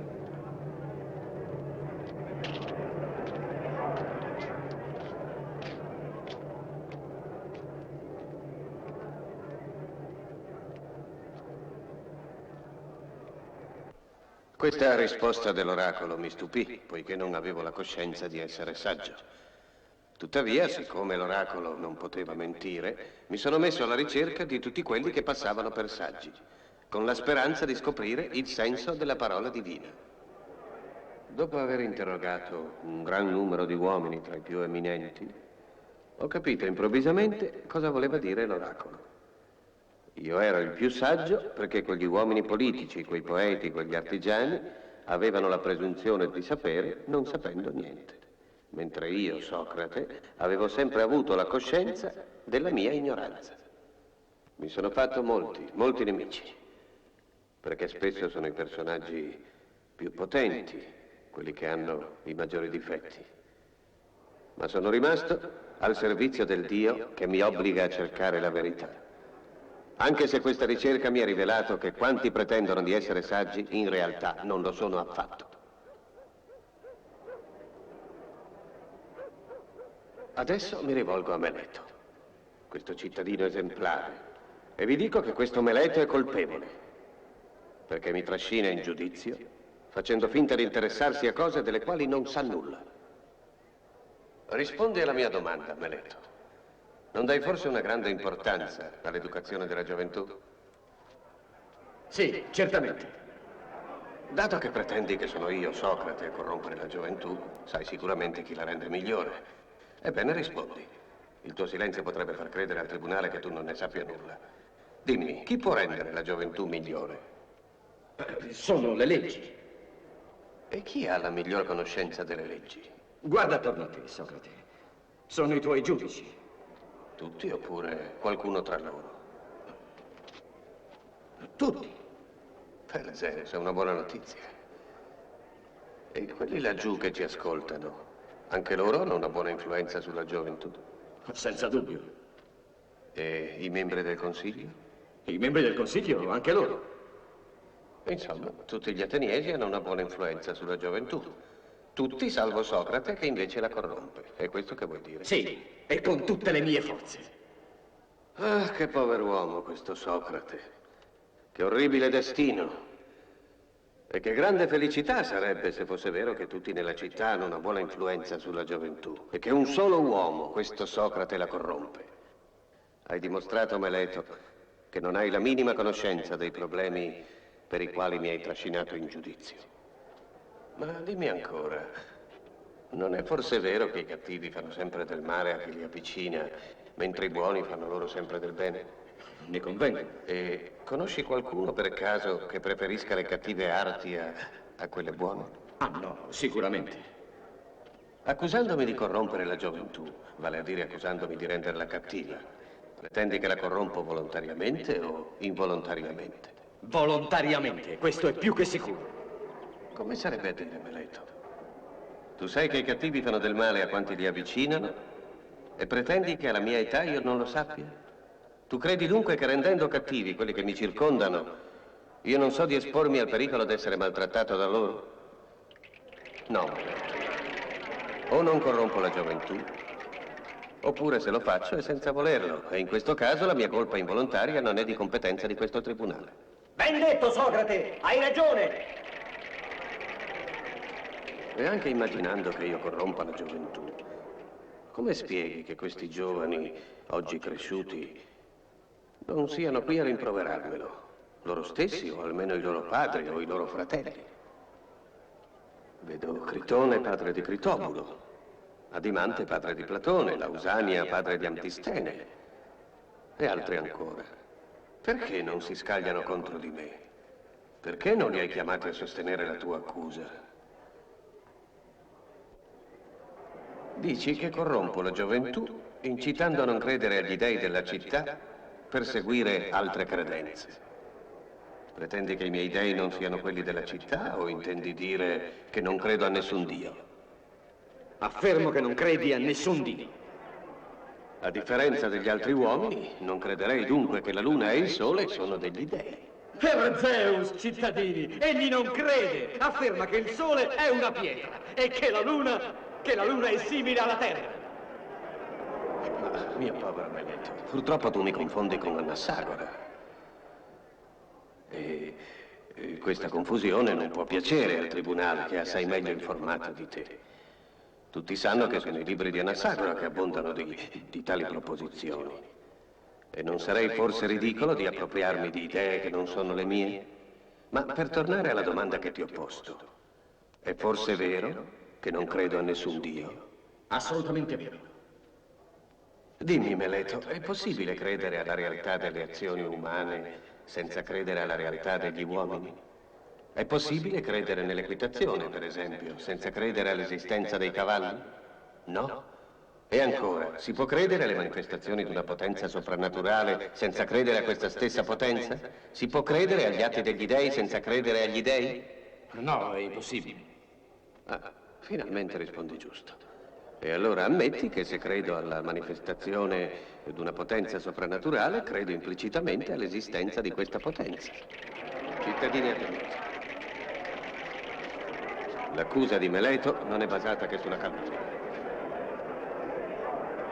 Questa calunnia può darmi la morte, ma davanti a lei non mi comporterò come un vigliacco. Quando in guerra i nostri generali mi hanno assegnato un posto, sono rimasto fermo. E se il Dio mi dà il compito di ragionare, non diserterò. Gli uomini hanno paura della morte come se avessero la sicurezza che è il più grande dei mali. Al contrario, ella è forse il più grande dei beni. E la saggezza è di riconoscere la nostra ignoranza per quanto la concerne. Vi amo, ateniesi, ma più che a voi è al mio Dio che obbedirò. E poiché è Lui che me lo comanda, fino al mio ultimo respiro non cesserò di ragionare. Ascoltatemi. Per quanto concerne la mia vita personale, sono sempre stato di una negligenza che non è quella di ogni uomo comune. E se vi parlo come un padre o come un fratello maggiore, è perché il Dio che mi abita me lo comanda. Nessuno dei miei accusatori ha potuto dire che la mia sollecitudine mi abbia mai dato qualche profitto. La mia povertà parlerebbe per smentirli. Adesso potrà sembrare strano che, prodigando i miei consigli a ognuno, non oso mai in assemblea dare dei consigli alla città. Questo dipende da una manifestazione straordinaria che sempre si produce in me, una voce interiore che me ne distoglie ogni volta che voglio fare della politica. Questa voce d'altronde mi ha salvato la vita, perché se avessi fatto della politica sarei morto da un bel pezzo. E adesso, cittadini ateniesi, ho terminato il mio discorso. Non tenterò di ispirarvi pietà né tantomeno di strapparvi la soluzione. Ricordatevi semplicemente che il mio Dio mi ha messo qui per tenere la verità allerta. Se vi lasciate convincere dai miei accusatori, mi ucciderete. E il Dio, dopo la mia morte, non vi invierà più nessuno che difenda la verità. Vi immergerà in un interminabile torpore. Riflettete. E ora mi rimetto a voi, che giudicate secondo leggi che rispetto. E la vostra decisione sia la migliore per tutti noi.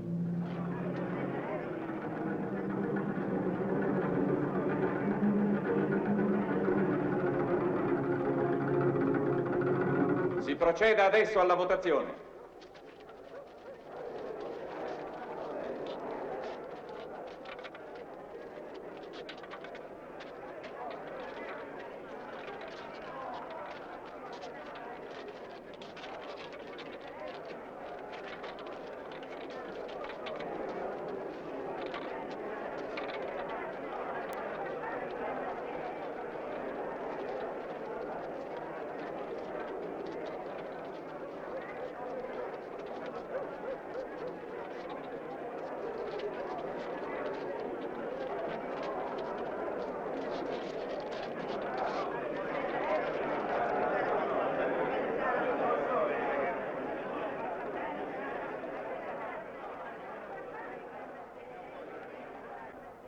Io sono sicuro che l'assolveranno. Non è possibile che lo condannino.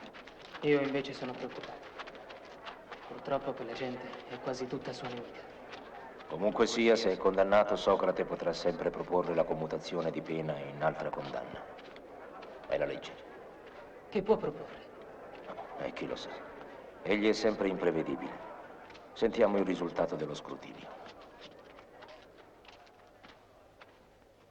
A seguito dello scrutinio dei voti, Socrate è dichiarato colpevole da una maggioranza di 60 voti. Cosa proponi per mitigare la tua pena? Hai di nuovo la parola.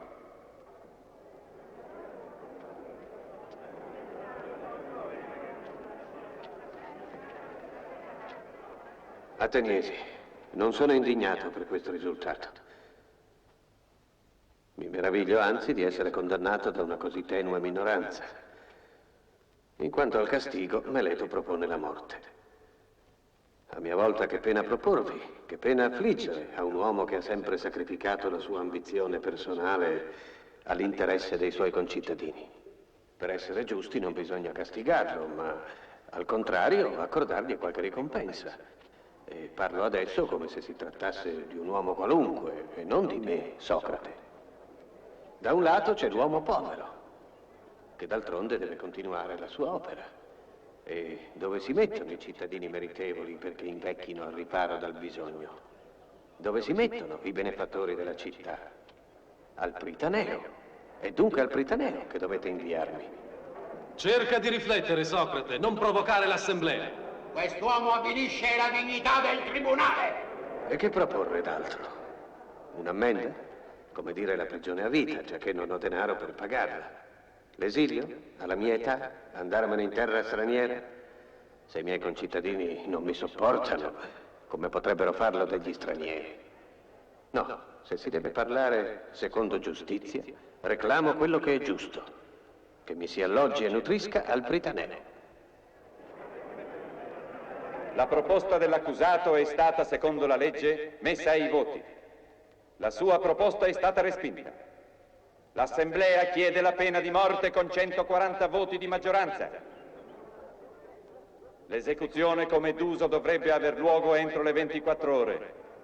Ma poiché la città è da ieri nel suo periodo annuale di purificazione, fino a quando la sacra nave che con il suo viaggio commemora la vittoria di Teseo sul Minotauro non sarà ritornata da Delo, ordiniamo che si soprassieda all'esecuzione. Socrate, se lo desideri puoi esprimere le ultime volontà.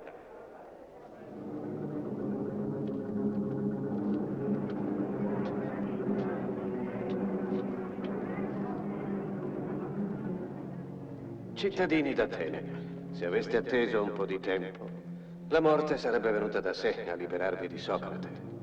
Usciremo da questa assemblea, io condannato a morte, e voi, miei giudici, condannati dalla verità.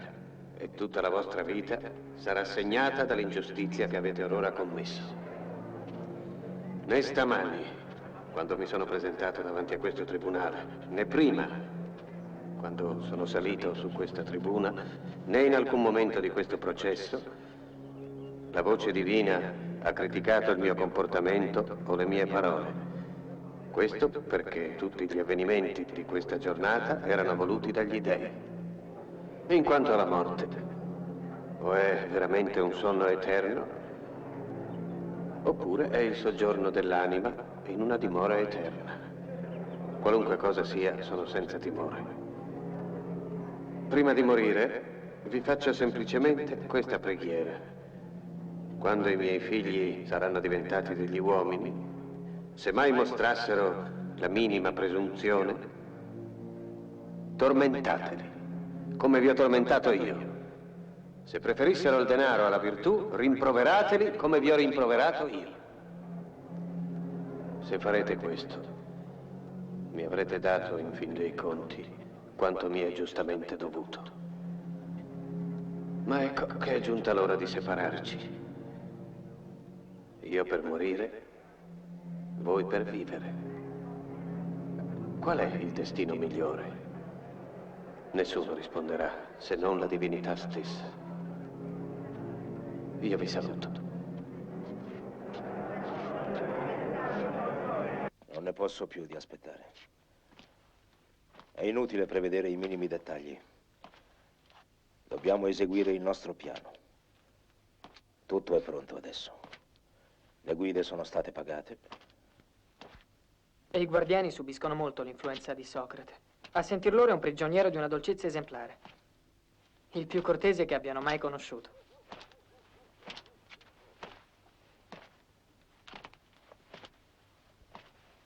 In quanto alle autorità sembrano disposte a chiudere gli occhi. La fuga di Socrate sarebbe gradita all'opinione pubblica. Non si può dire altrettanto se fanno eseguire la sentenza. Ma gli dei ci proteggono. Ecco che è più di un mese che i venti contrari impediscono il ritorno della nave sacra ad Adelo. E questo mese passato a visitare Socrate nella sua prigione mi ha fatto conoscere la libertà. Quando penso che è addolorato, non perché l'assemblea l'ha condannato a morte, ma perché condannandolo ha commesso un'ingiustizia. Invece di cianciare, ora che la sua evasione è pronta, bisogna che qualcuno glielo vada a dire. I venti sono cambiati e la nave sacra può rientrare in porto da un momento all'altro. E se rifiutasse? È impossibile. No, con Socrate niente è impossibile. Epigene ha ragione. Platone dovrebbe metterlo al corrente. Ma Platone è malato. Allora Critone? Sì, Critone. Domani all'alba andrai a trovare Socrate. Parlagli e ottieni il suo consenso. Devi andare, Critone.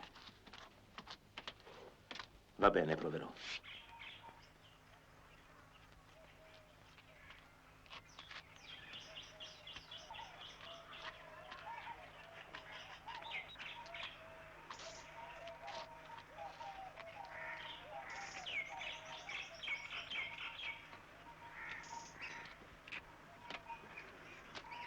Vieni molto prima del solito. Che succede? Voglio star solo con Socrate. E durante il giorno è impossibile.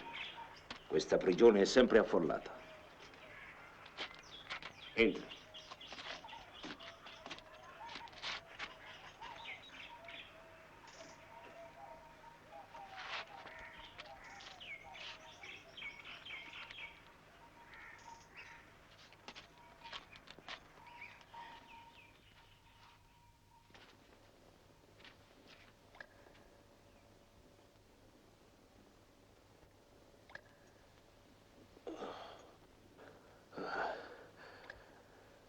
Che vieni a fare qui?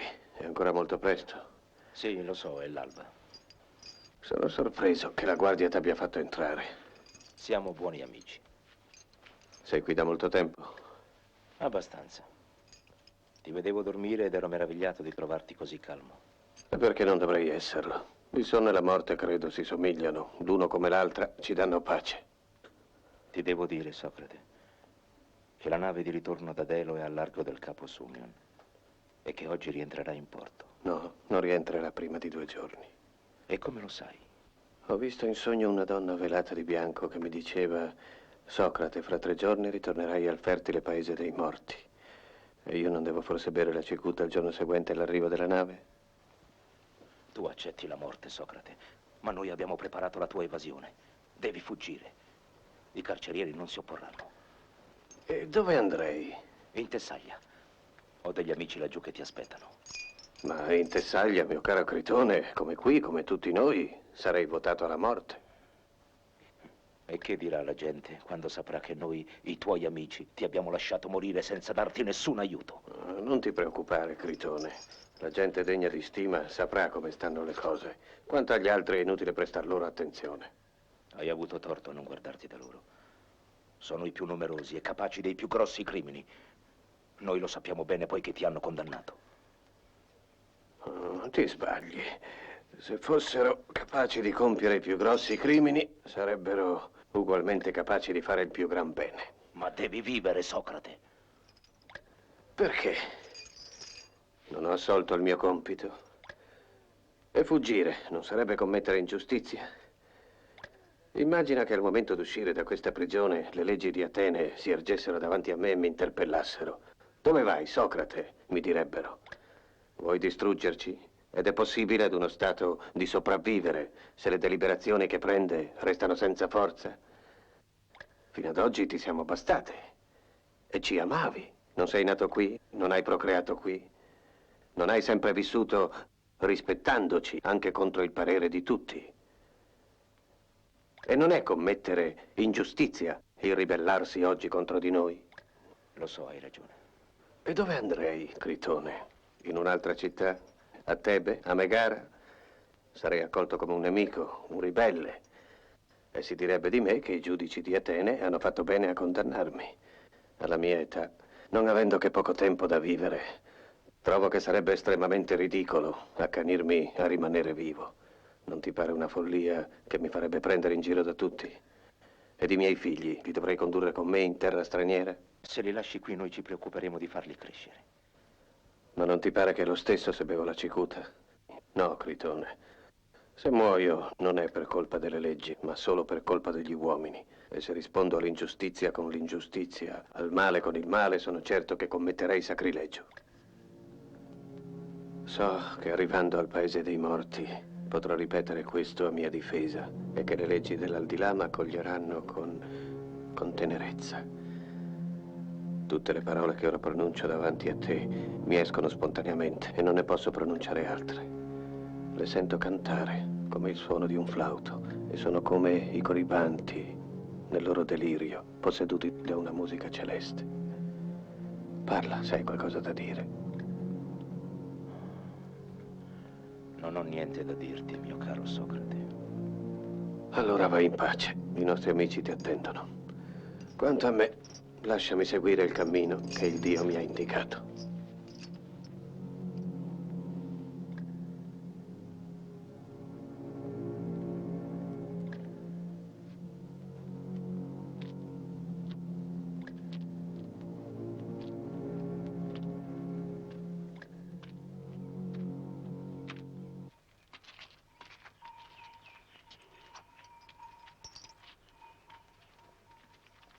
Gli 11 sono venuti a liberarlo dalle catene e gli hanno detto di prepararsi a morire.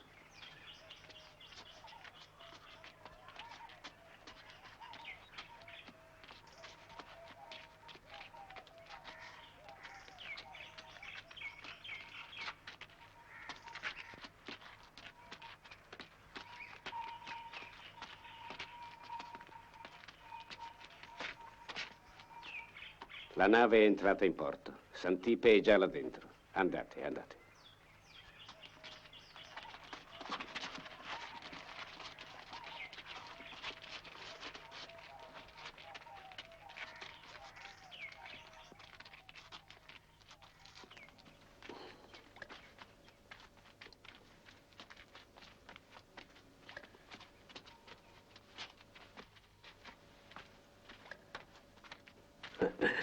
Mi faceva male e adesso provo piacere. Com'è strano. Il piacere e il dolore sono così vicini l'uno all'altro che quando l'uomo desidera l'uno deve subire l'altro. Esopo avrebbe scritto che il Dio, non avendo potuto convincere i due nemici a fare la pace, li ha legati finalmente l'uno all'altro. Quando uno di loro è in noi, l'altro lo accompagna. Che bella favola, eh? Socrate. Socrate. Spaventi i bambini, Santippe. Vieni, ritrova la calma. Andiamo, Santippe, calmati. Andate, figli miei. Andate tranquilli.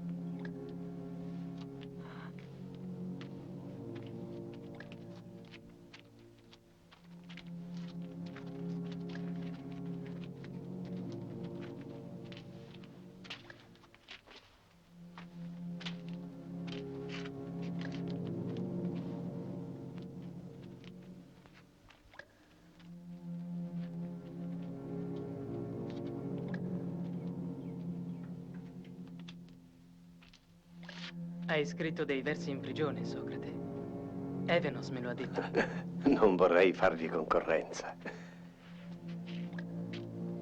Domani dovrai tagliarli in segno di lutto. Come puoi essere così calmo, Socrate, sapendo che l'ora della morte è così vicina? È che io ragiono e l'idea di separarmi dal mio corpo non mi spaventa. Al contrario, mi rallegra. Il saggio dovrebbe dunque affrettare l'ora della sua morte. No, poiché bisogna rispettare la volontà degli dèi. Perché parlate a bassa voce? Perché non dite forte ciò che vi preoccupa? Ora che la disgrazia è su di te, Socrate, non osiamo parlarti delle nostre preoccupazioni. È difficile convincervi di questa verità. Per me la morte non è una sciagura. Ma parlate dunque. Temo, Socrate, che l'anima, una volta abbandonata dal corpo, pure lei perda la vita. Ma dimmi, Cebete, chi dà la vita al corpo? L'anima, Ed è sempre così? senza dubbio. L'anima che dà vita al corpo è sempre apportatrice di vita? Sì. E la vita ha un contrario, oppure il contrario della vita è niente? La vita ha un contrario che è la morte. L'anima non può dunque ricevere la morte, che è il contrario di questa vita della quale essa è la sorgente. E come qualifichi gli esseri che sfuggono alla morte? Si qualificano immortali. L'anima, non potendo ricevere la morte, è dunque immortale. Dunque non è insensato sostenere che quest'anima è immortale e se lo è, bisogna averne cura durante tutta la vita. Un'altra idea. Se la morte fosse la fine di tutte le cose, sarebbe un gran bene per tutti i cattivi, poiché la loro cattiveria sparirebbe con loro stessi. Davanti alle tristezze, le ingiustizie e le bassezze della vita, ricordatevi di quel passaggio dell'Odissea, dove Omero dice che Ulisse, battendosi il petto, incoraggiò il suo cuore con questi termini. Sopportalo, cuore mio. Hai già sopportato cose ben più rivoltanti. Non parlare troppo, Socrate. Ti puoi riscaldare e questo renderà più lenta l'azione del veleno e ciò ti farà soffrire maggiormente. Non ne tener conto. Che il boia prepari quanto è necessario. Adesso vado a lavarmi, per evitare a Santippe dalle donne la pena di lavare il mio cadavere. E come dobbiamo seppellirti? Come vorrete, se voi riuscirete ad afferrarmi e se io non vi fuggirò. Non piangete. Vostro padre non piange, lui. Pensate alla lezione che vi dà, al suo coraggio. Quando sarete degli uomini, tutta la gente avrà gli occhi fissi su di voi perché siete i figli di Socrate, il cittadino più valoroso di Atene. Certo, quando va per le strade, non è un fracasso guerriero che lo precede. Fracasso che arriva appena a dissimulare la paura di quelli che agitano le lance e gli scudi. E il suo coraggio è tranquillo. E bisogna avere il cuore per riconoscerlo. Non si è mai abbassato a compiacere qualcuno. E se dice chiaramente ciò che pensa, è perché non parla per il bene di se stesso, ma per il bene di tutti. Non piangete. Siete i figli d'un eroe. Come sei saggia, Santippe.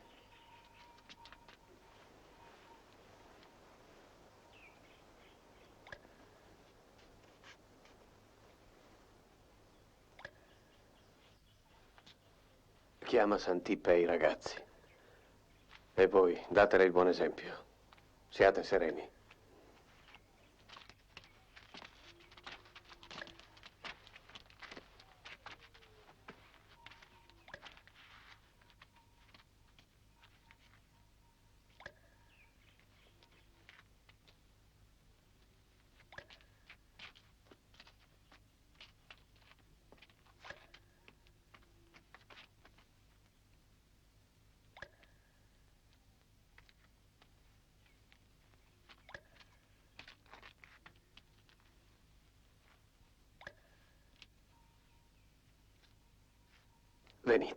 Venite qua, ho qualcosa da dirvi.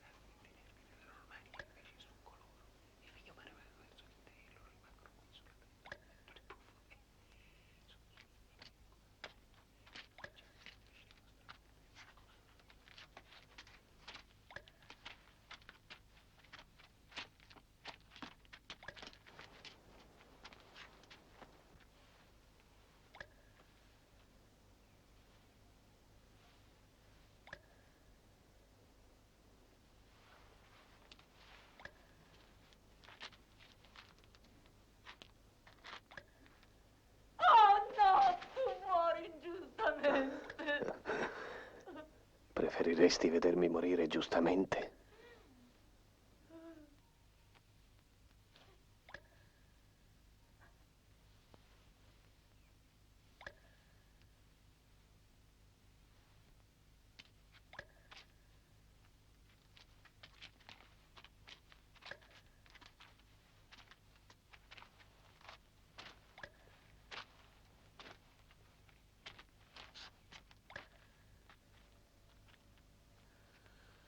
Ebbene, amico mio, sei tu il competente in materia di veleno.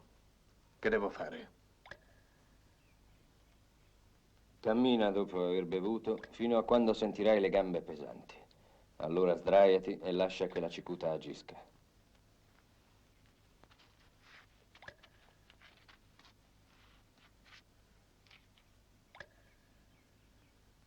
Bevo agli dei perché proteggano il mio viaggio.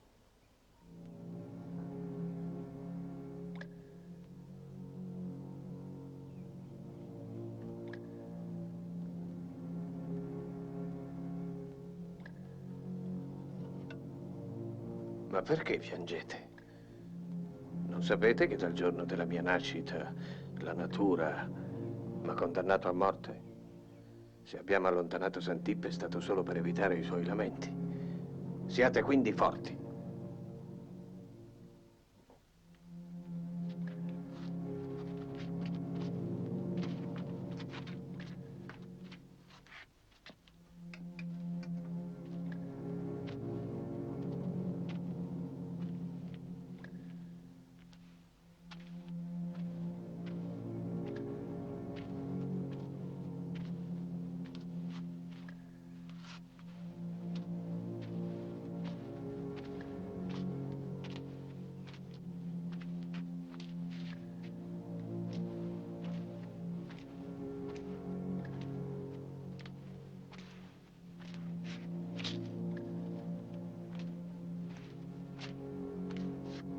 Senti qualcosa?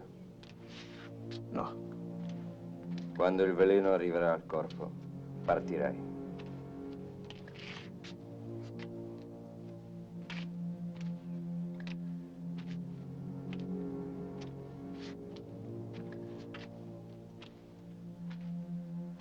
Gli uomini calunniano i cigni.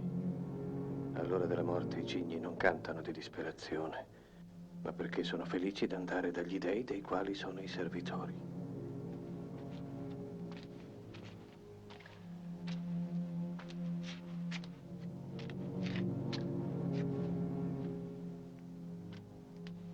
Ecco, le mie gambe diventano pesanti.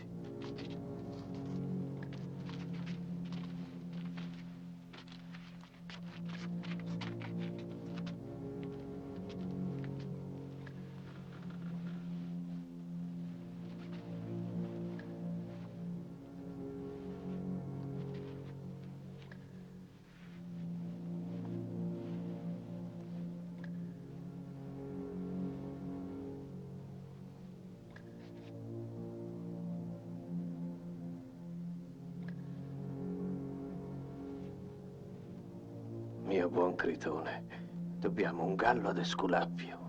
Non lo dimenticare.